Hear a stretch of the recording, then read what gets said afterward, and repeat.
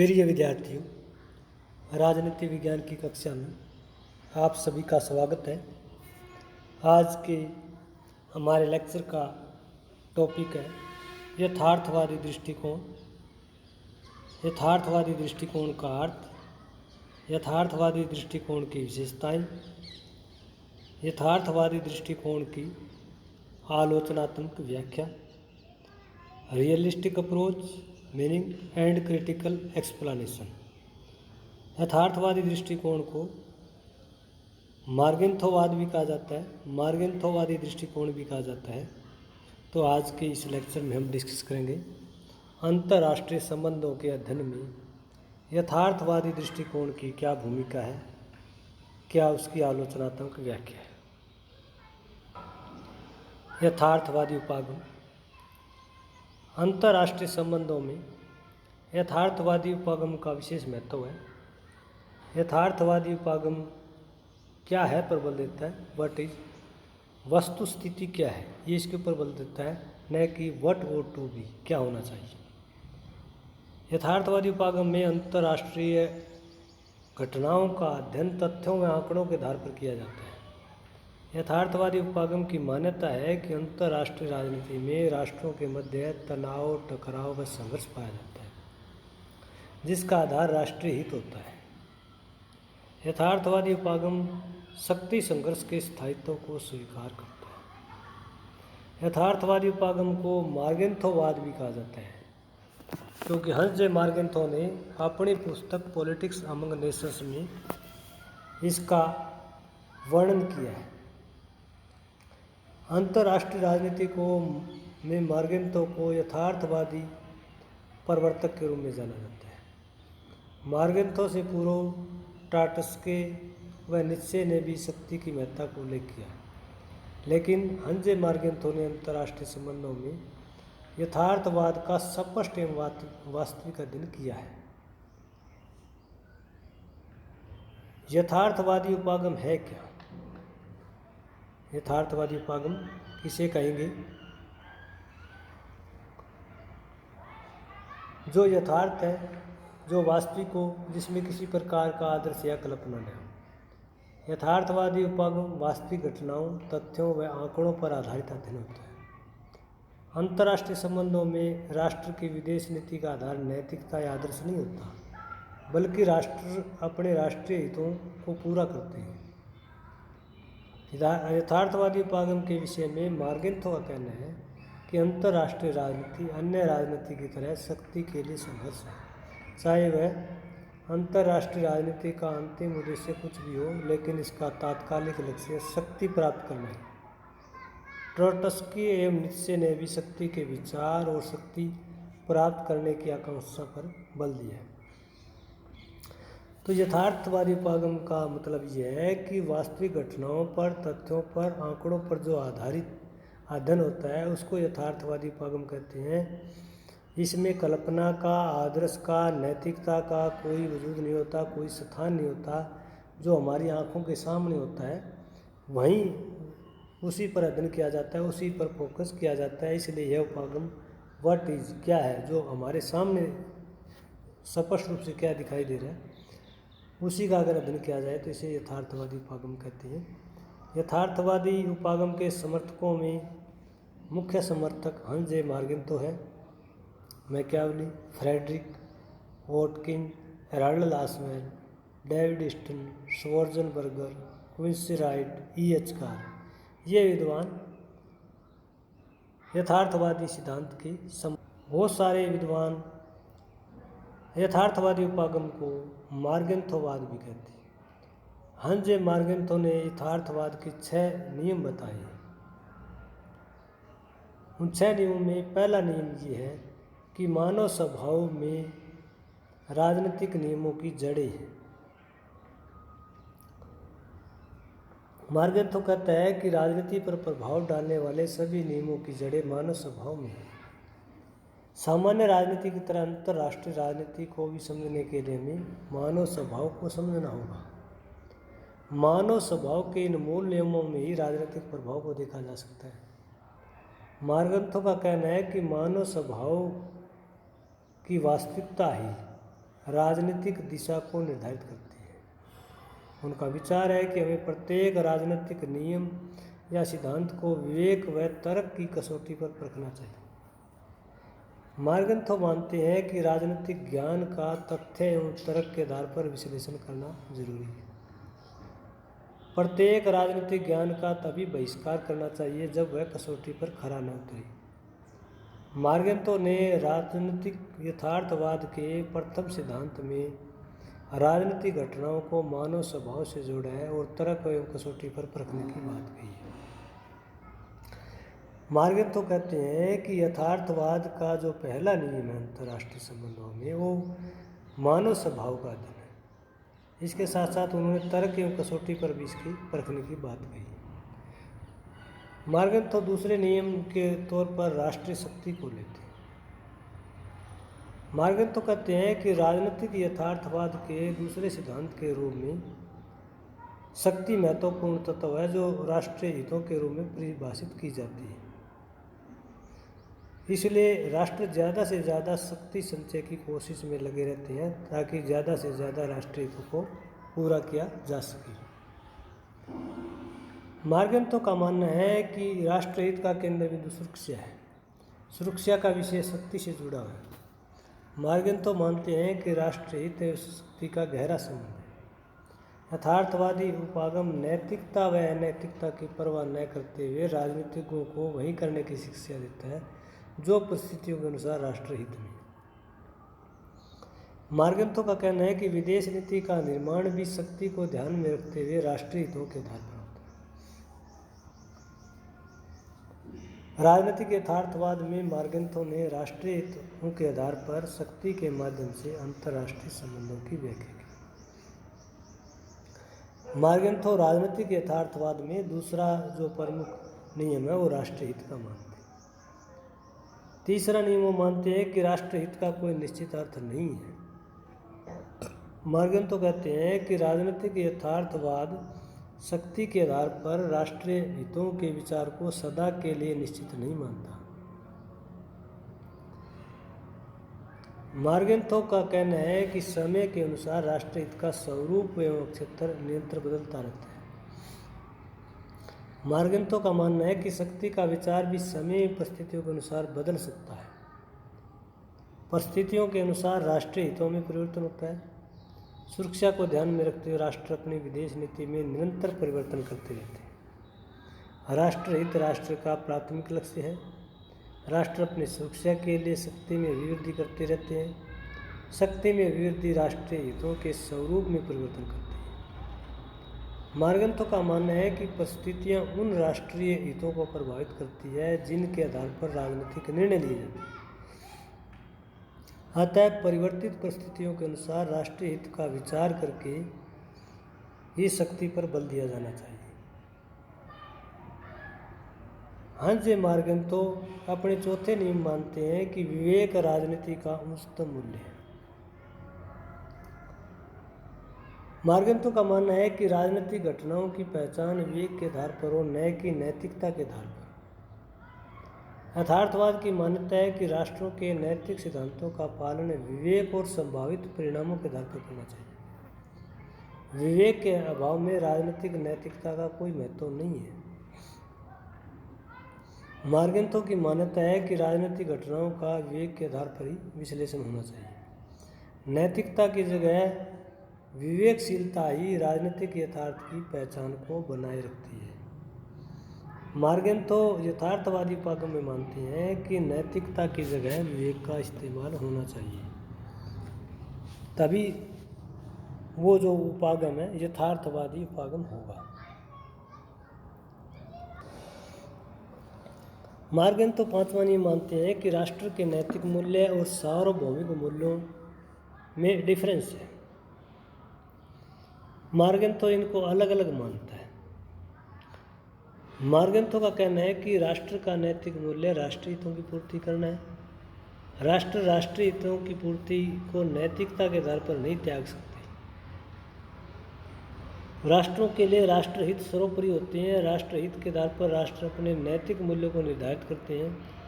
राष्ट्र सार्वभौमिक मूल्यों के आधार पर अपने राष्ट्रीय हितों को नुकसान नहीं पहुंचाते। राष्ट्रों के लिए सार्वभौमिक मूल्यों या नैतिकता का कोई स्थान नहीं। राष्ट्रों का प्राथमिक उद्देश्य राष्ट्रीय हितों की पूर्ति करना है। अंतर्राष्ट्रीय नैतिकता या मूल्य की तुलना में राष्ट्रीय हितों को प्राथमिकता दी जाती है। मार्गेंथो की मान्यता है कि राष्ट्रीय हित के लिए राष्ट्रीय मूल्य और सार्वभौमिक मूल्यों में अंतर दिखाई देता है। मार्गेंथो छठे नियम में राजनीतिक क्षेत्र की स्वायत्तता पर बल देता है। मार्गेंथो मानता है कि राजनीतिक क्षेत्र में भी आर्थिक और कानूनी क्षेत्र की तरह स्वायत्तता हो। राजनीतिक क्षेत्र यथार्थवाद में राजनीतिक क्षेत्र की स्वायत्तता का समर्थन किया जाता है। राजनीतिक यथार्थवाद गैर राजनीतिक नियमों की अपेक्षा नहीं करता, पर वह उन्हें राजनीतिक नियमों के अंतर्गत मानता है। यथार्थवादी उपागम उन सभी विचारधाराओं का विरोध करता है जो राजनीतिक विषयों पर गैर राजनीतिक नियमों का थोपने का कार्य करती है। मार्गेंथो का मानना है कि प्रत्येक तरह की अंतर्राष्ट्रीय समस्या के कई पहलू होते हैं, जैसे कानूनी, राजनीतिक, आर्थिक इत्यादि। राजनीतिक यथार्थवाद अंतर्राष्ट्रीय समस्याओं के राजनीतिक एवं कानूनी पक्ष पर अधिक बल देता है। तो इसलिए राजनीतिक क्षेत्र की स्वायत्तता राजनीतिक यथार्थवाद को महत्व प्रदान करती है। मार्गेंथो के यथार्थवादी सिद्धांत का मूल्यांकन। मार्गेंथो ने अंतर्राष्ट्रीय संबंधों में यथार्थवादी उपागम का व्यवस्थित अध्ययन किया और मार्गेंथो के राजनीतिक यथार्थवाद की आलोचना इस प्रकार है। राष्ट्रीय हित के साथ सहयोग। आलोचक मानते हैं कि मार्गेंथो ने अंतर्राष्ट्रीय राजनीति को राष्ट्रीय हितों के लिए शक्ति संघर्ष कहा है, लेकिन व्यवहार में राष्ट्र राष्ट्रीय हितों की पूर्ति के साथ साथ संकट के समय निस्वार्थ सहयोग करते हैं। यानी केवल शक्ति संघर्ष नहीं है। जब भी संकट आता है, प्राकृतिक या अप्राकृतिक आपदा आती है, तो बहुत सारे राष्ट्र पीड़ित राष्ट्रों की बिना किसी शुल्क के सहयोग करते हैं, मदद करते हैं। मानव स्वभाव का अनुचित चित्रण।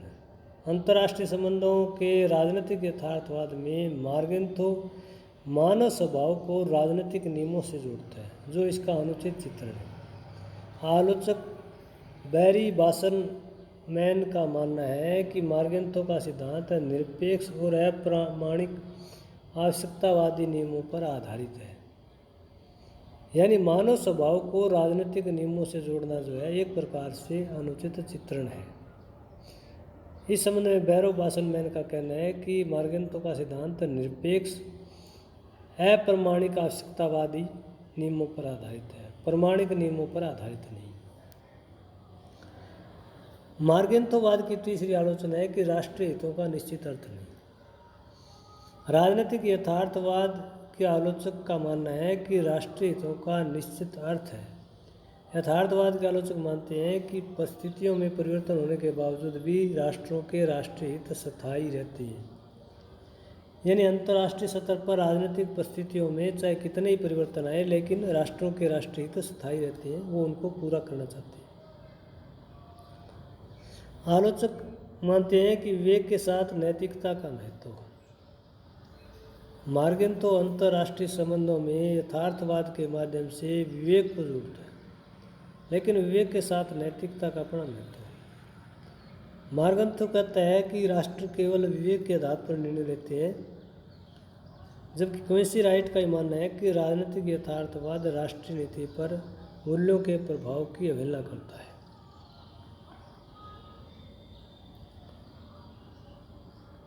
मार्गेंथोवाद की एक अन्य आलोचना जो है राष्ट्रीय मूल्य सार्वभौमिक मूल्यों पर आधारित है। मार्गेंथो के राजनीतिक यथार्थवाद की आलोचना करते हुए आलोचक मानते हैं कि राष्ट्रीय मूल्य सार्वभौमिक मूल्यों से ही प्रेरित होते हैं। राष्ट्रीय मूल्यों पर सार्वभौमिक मूल्यों का स्पष्ट प्रभाव देखा जा सकता है।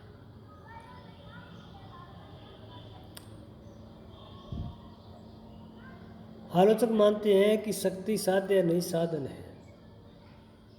अंतर्राष्ट्रीय संबंधों में राजनीतिक यथार्थवाद की आलोचना करते हुए हाबेन मानते हैं कि सत्ता एवं शक्ति केवल एक माध्यम है जिससे राष्ट्र अपने हितों की पूर्ति करता है, जबकि मार्गेन तो इसे जो है साध्य मानता है और आलोचक कहते हैं साध्य नहीं, ये तो एक राष्ट्रीय हितों की, राष्ट्रीय सुरक्षा की पूर्ति का एक माध्यम है जिससे राष्ट्र पूरा करते हैं।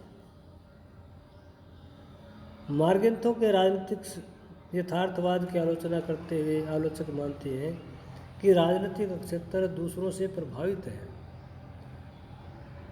अंतर्राष्ट्रीय समस्याओं में केवल राजनीतिक पहलू प्रमुख होता है, जबकि आलोचक मानते हैं कि अंतर्राष्ट्रीय समस्याओं में मार्गेंथो के राजनीतिक पहलू के साथ साथ दूसरे जो पहलू हैं, दूसरे कारक उनका ही महत्व है, जैसे कानूनी, आर्थिक और भौगोलिक कारकों का भी बड़ा महत्व है।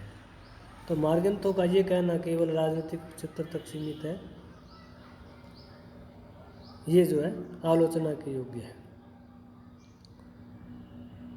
मार्गेंथो की जो राजनीतिक यथार्थवाद है उसकी एक अन्य महत्वपूर्ण आलोचना ये है कि मार्गेंथो राजनीतिक यथार्थवाद जो है मार्गेंथो का वो केवल शक्ति पर बल देता है, जबकि वास्तविकता यह है कि राष्ट्र शक्ति के साथ जनमत, नैतिकता व अंतर्राष्ट्रीय कानून का भी ध्यान रखती है।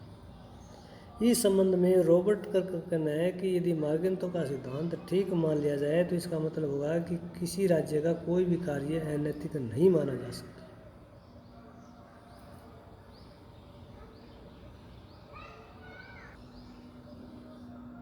मार्गेंथो के राजनीतिक यथार्थवाद की एक आलोचना है विश्व जनमत की अवहेलना। मार्गेंथो ने शक्ति संघर्ष में विश्व जनमत की अवहेलना की है।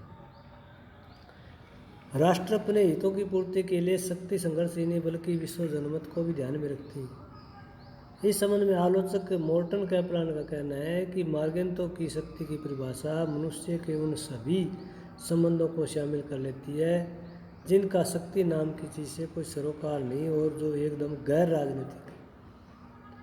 यानी अंतर्राष्ट्रीय संबंधों में मार्गेंथोवाद की आलोचना करते हुए मोर्टन कैपलान कहता है कि शक्ति अकेला तत्व नहीं है और शक्ति के नाम पर जो गैर राजनीतिक तत्व है उनकी मार्गेंथो पूरी तरह से अनदेखी करता है। यथार्थवादी उपागम की विशेषताएं क्या है, महत्व क्या है, भूमिका क्या है। यथार्थवादी उपागम की भूमिका में देखें तो शक्ति इसका केंद्र बिंदु है। सभी यथार्थवादी समर्थक जितने भी विद्वान हैं उन्होंने माना है कि शक्ति केंद्र बिंदु है। अंतर्राष्ट्रीय राजनीति में राष्ट्र शक्ति के लिए संघर्ष करते हैं। यह उपागम शक्ति की राजनीति का अध्ययन करता है। शक्ति के अभाव में किसी भी तरह की राजनीति की कल्पना नहीं की जा सकती। मार्गेंथो ने अपनी पुस्तक पॉलिटिक्स अमंग नेशन में अंतर्राष्ट्रीय राजनीति को राष्ट्रों के बीच शक्ति संघर्ष होता है, ये इसकी पहली विशेषता है। दूसरी विशेषता राष्ट्रीय हित को प्रमुखता। यथार्थवादी उपागम राष्ट्रीय हितों को प्रमुखता देते हैं। राष्ट्र अंतर्राष्ट्रीय नैतिकता के नाम पर अपने राष्ट्र की सुरक्षा को खतरे में नहीं डाल सकते। जिस राष्ट्र का जिस तरह से राष्ट्रीय हित पूरा होता है वह राष्ट्र वैसे ही नीतियों को अपनाता है। अंतर्राष्ट्रीय राजनीति में नैतिकता केवल दिखावा मात्र है, वास्तव में राष्ट्रीय हित सत्ताई है जिन्हें राष्ट्रों को पूरा करना होता है। यानी यथार्थवादी उपागम ये मानता है कि अंतर्राष्ट्रीय संबंधों का अध्ययन हम राष्ट्र यथार्थवादी उपागम से कर सकते हैं जिसमें राष्ट्रीय हित प्रमुख है। यथार्थवादी उपागम में मानव स्वभाव का अध्ययन किया जाता है। यथार्थवादी उपागम में मनुष्य को स्वार्थी माना गया है, लालची, ईर्ष्यालु माना गया है। यथार्थवादी मानव के वास्तविक स्वभाव पर बल देता है। यथार्थवादी उपागम मनुष्य को शक्ति के लिए संघर्ष करने में देखता है। मार्गेंथो का कहना है कि इतिहास में मानव स्वभाव की वास्तविकता से परिचित करवाता है। मार्गेंथो का मानना है कि मनुष्य अपने स्वार्थों की पूर्ति के बाद अपने स्वभाव में परिवर्तन कर लेता है। वैसे भी राष्ट्रीय हितों की पूर्ति के बाद अपनी विदेश नीति में बदलाव करते रहते हैं। यथार्थवादी उपागम की एक महत्वपूर्ण विशेषता विवेकशीलता का महत्व है। यह उपगम मानता है कि राष्ट्र अपनी विदेश नीति को लागू करते समय विवेक का सहारा लेते हैं। प्रत्येक राष्ट्र किसी संधि या समझौते को स्थापित करने से पहले उसके लाभ हानि का विश्लेषण करता है। राष्ट्र नैतिकता के आधार पर कभी अंतर्राष्ट्रीय निर्णय नहीं लेते। राष्ट्रों के सामने राष्ट्रीय हित प्रमुख होते हैं। नैतिकता से राष्ट्रीय हितों की पूर्ति नहीं की जा सकती। विवेकशीलता के आधार पर राष्ट्र राष्ट्रीय उद्देश्यों की पूर्ति करते हैं। यथार्थवादी उपागम की एक अन्य महत्वपूर्ण विशेषता राज्यों में संघर्ष स्वाभाविक है। यथार्थवादी का उपागम मानता है कि राज्यों में संघर्ष स्वाभाविक है। जिस तरह हर व्यक्ति अपने उद्देश्यों की पूर्ति के लिए दूसरे व्यक्तियों के साथ संघर्ष करता है, ठीक उसी तरह राष्ट्र भी अपने उद्देश्यों या हितों की पूर्ति के लिए दूसरे राष्ट्रों के साथ संधि, समझौते तथा युद्ध का सहारा लेते हैं। राष्ट्रों के मध्य विवाद, टकराव, तनाव व संघर्ष स्वाभाविक है। राष्ट्र जल, जंगल, जमीन के लिए निरंतर दूसरे राष्ट्रों के साथ संघर्ष में उलझे रहते हैं। मार्गेंथो ने कहा है कि अंतर्राष्ट्रीय राजनीति राष्ट्रों के मध्य शक्ति संघर्ष के अतिरिक्त कुछ नहीं है। यानी राज्यों में संघर्ष की स्वाभाविकता को यथार्थवादी उपागम मानता है। यथार्थवादी उपागम ये मानता है कि इसमें नैतिकता का अभाव है। अंतर्राष्ट्रीय संबंधों में नैतिकता का कोई महत्व नहीं है। राष्ट्र अपनी विदेश नीति में केवल अपने हितों एवं राष्ट्रीय सुरक्षा को ध्यान में रखते हैं।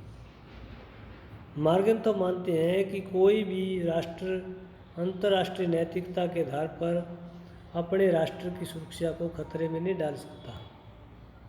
राष्ट्रों की विदेश नीति में नैतिकता की जगह राष्ट्रीय स्वार्थ या उद्देश्य छिपा होता है। राष्ट्रों के परस्पर संबंध नैतिकता पर नहीं बल्कि स्वार्थ या हितों की पूर्ति पर टिके होते हैं। यथार्थवादी उपागम की एक अन्य महत्वपूर्ण विशेषता है कि अमूर्त आदर्शों का इसमें कोई स्थान नहीं। अंतर्राष्ट्रीय राजनीति मूर्त घटनाओं पर आधारित है। अंतर्राष्ट्रीय राजनीति में कल्पना या आदर्शों का कोई स्थान नहीं। यथार्थवादी उपागम अंतर्राष्ट्रीय राजनीति में आदर्शों की जगह यथार्थवाद पर ध्यान देता है।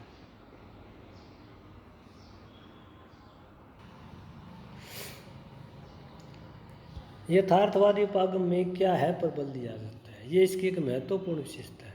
व्हाट इज, ये उपागम क्या होना चाहिए पर बल नहीं देता, जो आदर्शवादी उपागम का महत्वपूर्ण कैरेक्टर है। यथार्थवादी उपागम में अंतर्राष्ट्रीय घटनाओं की वास्तविकता का अध्ययन किया जाता है।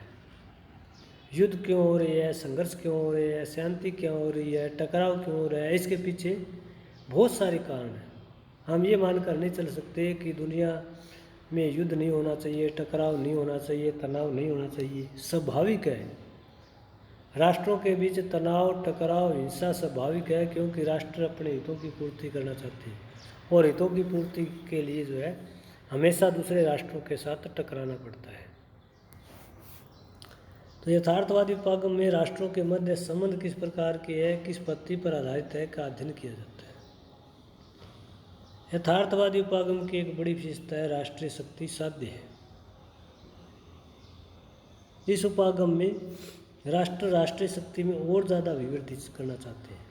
विश्व के जितने विकसित देश हैं वो चाहते हैं कि उनके पास और ज़्यादा पावर हो, और ज़्यादा शक्तिशाली बने। राष्ट्र हर समय राष्ट्रीय शक्ति का प्रदर्शन करके अपने उद्देश्यों की पूर्ति करना चाहते हैं।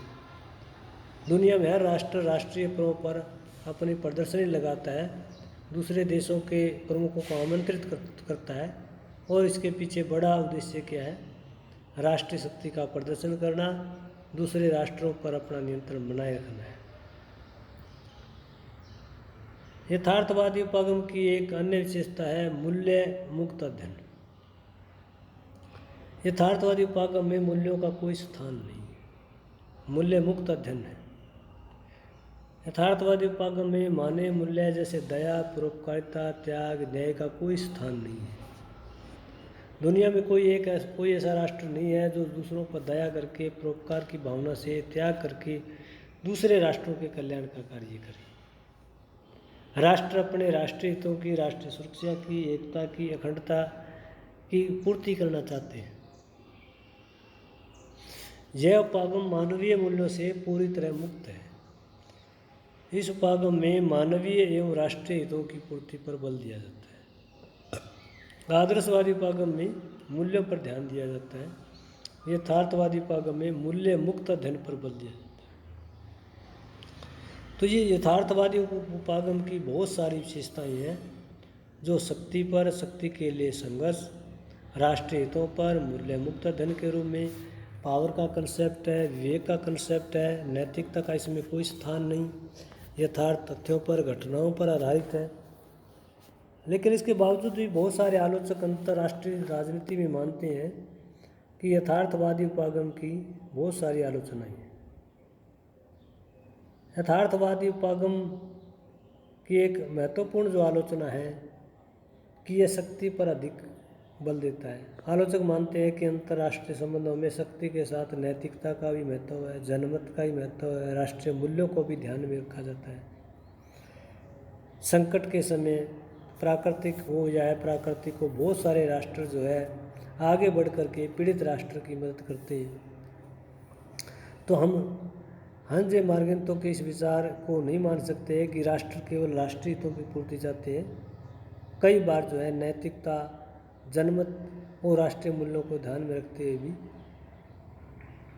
दूसरे राष्ट्रों के साथ सहयोग किया जाता है। यथार्थवादी उपागम के आलोचक मानते हैं कि इस उपागम में मानव स्वभाव के नकारात्मक पक्ष का अध्ययन किया है, जबकि मानव स्वभाव परिवर्तनशील है और संसार में बहुत सारे अच्छे स्वभाव के व्यक्ति हैं जिन्होंने विश्व शांति एवं मानवता के कल्याण में अपना योगदान दिया। जबकि यथार्थवादी उपागम मानता है कि मनुष्य स्वभावतः झगड़ालू है, ईर्ष्यालु है, वो दूसरों का हित नहीं चाहता। लेकिन हर मनुष्य भी ऐसा नहीं है, हर मनुष्य का स्वभाव भी सत्य नहीं, उसमें परिवर्तनशीलता आती है। इस उपागम के आलोचक मानते हैं कि बहुत सारे अच्छे स्वभाव के व्यक्ति है जो पूरी दुनिया में शांति स्थापित कर सकते हैं। जैसे महात्मा गांधी ने विश्व में शांति के लिए पूरी दुनिया में अहिंसा का संदेश दिया और हर वर्ष 2 अक्टूबर को अंतर्राष्ट्रीय स्तर पर अंतर्राष्ट्रीय अहिंसा दिवस मनाया जाता है। आलोचक ये मानते हैं कि यथार्थवादी उपागम में शक्ति को साध्य माना जाता है, जबकि व्यवहार में राष्ट्र राष्ट्रीय हितों की पूर्ति के लिए शक्ति का सहारा लेते हैं। यथार्थवादी उपागम जो है वो मानता है कि राष्ट्रों का प्रमुख लक्ष्य क्या है? शक्ति में अभिवृद्धि। शक्ति का प्रदर्शन इसलिए करते हैं, शक्ति का प्रयोग इसलिए करते हैं कि और ज़्यादा शक्ति हो, लेकिन वास्तव में वो शक्ति के माध्यम से शक्ति की पूर्ति नहीं करना चाहते, शक्ति के माध्यम से अपनी राष्ट्रीय आवश्यकताओं की पूर्ति करना चाहते हैं। यथार्थवादी उपागम के आलोचक मानते हैं कि विवेक राजनीति का उच्चतम मूल्य नहीं है। हंजे मार्गन तो मानता है कि राष्ट्र विवेक के आधार पर निर्णय लेते हैं, लेकिन कई बार हितों की पूर्ति के लिए विवेक के साथ साथ अंतर्राष्ट्रीय नैतिकता का भी ध्यान रखा जाता है। प्राकृतिक व अप्राकृतिक संकट के समय राष्ट्र बिना किसी स्वार्थ के संकटग्रस्त राष्ट्रों की मदद करते हैं। आलोचक मानते हैं कि यथार्थवादी उपागम क्या है पर बल देता है, जबकि अंतर्राष्ट्रीय संबंधों के उज्ज्वल भविष्य के लिए क्या होना चाहिए पर बल दिया जाना चाहिए। अंतर्राष्ट्रीय संबंधों की मधुरता के लिए राष्ट्रों को आदर्शवादी होना चाहिए। हमें दुनिया में ये नहीं देखना कि वर्तमान समय में क्या चल रहा है, राष्ट्रों के मध्य किस तरह के संघर्ष चल रहे हैं, बल्कि भविष्य में ये संघर्ष, ये तनाव, ये टकराव, युद्ध या युद्ध जैसी स्थितियाँ कैसे समाप्त होगी और उसके जगह सभी राष्ट्र मिलकर के प्रेम और सहयोग करें और अंतर्राष्ट्रीय स्तर पर मानवता के कल्याण के लिए कार्य करें। आलोचक ये मानते हैं कि यह उपागम शक्ति के अत्यधिक विस्तार पर बल देता है, जिसे राष्ट्रों में शक्ति संघर्ष बढ़ने की आशंका रहती है। शक्ति संघर्ष की पराकाष्ठा ही युद्ध की ओर ले जाती है। मार्गेंथो सबसे ज़्यादा बल जो है वो शक्ति संघर्ष पर ही देता है कि दुनिया में राष्ट्र जो हैं वो दूसरे राष्ट्रों से आगे बढ़ने की होड़ में शक्ति का प्रदर्शन करते हैं और ज़्यादा शक्ति में अभिवृद्धि चाहते हैं। इससे क्या है, आलोचक मानते हैं कि शक्ति संघर्ष की प्रतिस्पर्धा में जो अंतिम परिणति है वो युद्ध की ओर ले जाती है। तो आलोचक मानते हैं कि यथार्थवादी उपागम एक प्रकार से हिंसक टकराव को, युद्धों को बढ़ावा दे रहे हैं। आलोचकों का ये मानना है कि यथार्थवादी उपागम मूल्य मुक्त होने से राष्ट्रों के मध्य संबंध तनावपूर्ण होते हैं और कई बार यह संघर्ष का रूप धारण कर लेते हैं। यानी यथार्थवादी उपागम नैतिकता को बिल्कुल नज़रअंदाज कर देता है, मूल्य मुक्त अध्ययन करता है, मूल्य मुक्त पर बल देता है। और राष्ट्रों के अंदर जब मूल्य नाम की चीज़ नहीं होगी तो वो तकनीकी आधार पर एक दूसरे के साथ व्यवहार करेंगे तो टकराव और हिंसा जो है या युद्ध का जो स्वरूप है वो स्वाभाविक है। यथार्थवादी उपागम के आलोचक मानते हैं कि यह उपागम दार्शनिक सोच को नष्ट करता है। यह उपागम राष्ट्रों के साथ साथ आम व्यक्तियों को सोच को भी स्वार्थी, लालची और संघर्षशील बना देता है, जिससे किसी प्रकार के मानव कल्याण की अपेक्षा नहीं की जा सकती। यानी यथार्थवादी उपागम की दार्शनिक सोच जो है वो सही नहीं है, क्योंकि इस उपागम के अध्ययन करने के बाद व्यक्ति जो है उसकी सोच स्वार्थी, लालची और संघर्षशील के रूप में सिद्ध कर देता है, जिससे उसके मन में किसी प्रकार का कोई सकारात्मक परिवर्तन नहीं आ सकता और ऐसे व्यक्तियों से मानव कल्याण की अपेक्षा भी नहीं की जा सकती। तो ये इस उपागम की एक बड़ी जो है आलोचना है। तो अंतर्राष्ट्रीय संबंधों में आज हमने डिस्कस किया यथार्थवादी उपागम क्या है, यथार्थवादी उपागम का अर्थ क्या है, इसके समर्थक कौन है, यथार्थवादी उपागम के प्रतिपादन में हंजे मार्गेंथो का योगदान क्या रहा।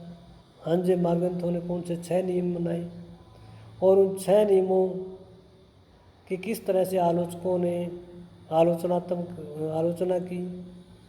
उसके बाद हमने डिस्कस किया कि यथार्थवादी उपागम के लक्षण क्या है, विशेषताएं क्या है, कैसे हम पहचान करें और यथार्थवादी उपागम में कमियां क्या है, ये अंतर्राष्ट्रीय संबंधों का अध्ययन करने में क्यों सक्षम नहीं है, कौन कौन से कारण हैं, कौन कौन से कारक हैं। तो आज का ये यथार्थवादी उपागम का जो सिद्धांत है अंतर्राष्ट्रीय संबंधों के अध्ययन करने का, इससे संबंधित ये वीडियो लेक्चर आपको कैसा लगा कमेंट करके ज़रूर बताइएगा। अगर ये लेक्चर आपको पसंद आता है तो लाइक कीजिए, मित्रों के साथ शेयर कीजिए और मेरा ये यूट्यूब चैनल है सब्सक्राइब कीजिए, ताकि आने वाली हर नई वीडियो आपके पास आसानी से पहुंच सके। धन्यवाद।